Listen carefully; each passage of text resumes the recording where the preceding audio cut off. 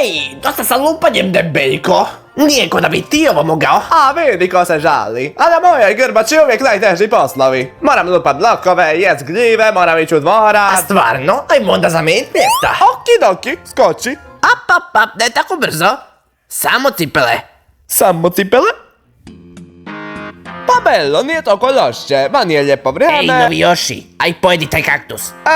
Dobro, mogu dobiti beštek? Pojedi ga jezikom.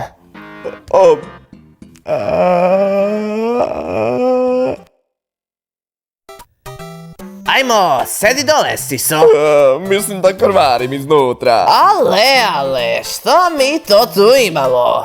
O, gospode, daj mi snagu. Vrijeme da ti se osvetim, Novioši. O, jebote, dobar osjećaj. Alo, može malo pomoći. Još ste živ?